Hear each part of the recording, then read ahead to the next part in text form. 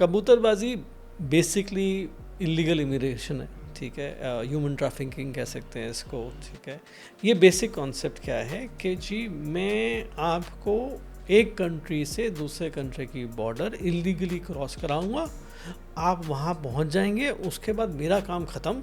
आप वहाँ कैसे रहते हैं, क्या करते हैं, वो मेरी सिरदर्दी नहीं है, मेरा काम है आपको इलीगली बॉर्डर पास कराना। नाउ आमतौर पे जो पकड़ा जाता है वो विक्टिम बन जाता है, लेकिन अगर आप मुझसे पूछेंगे तो वो विक्टिम नहीं है, वो विलिंग विक्टिम है।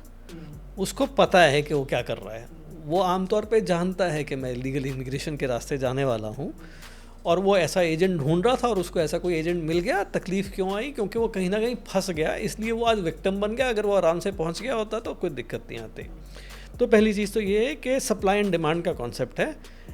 ऐसे क्लाइंट्स हैं जो इलीगल इमिग्रेशन कराने वाले एजेंट्स को ढूंढ रहे हैं, इसीलिए ऐसे इलीगल इमिग्रेशन कराने वाले एजेंट्स हैं।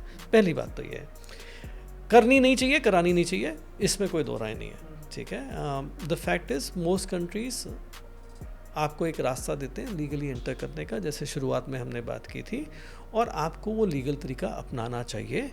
वो रास्ता हो सकता है थोड़ा डिफ़िकल्ट लगे शुरू में, लेकिन लॉन्ग टर्म के अंदर वो रास्ता आपके लिए बहुत अच्छा फ्यूचर क्रिएट करेगा।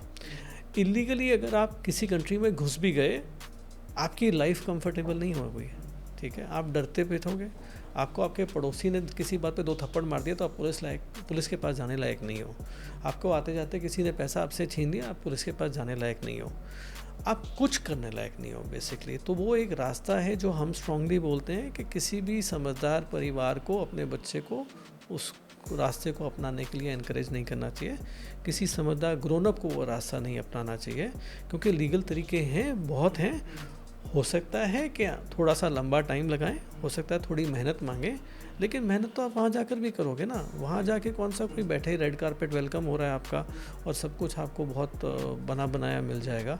तो मेहनत अपने देश में लीगल तरीके से करके वहाँ पर भी लीगल तरीके से जाए, ये बहुत ज़रूरी है।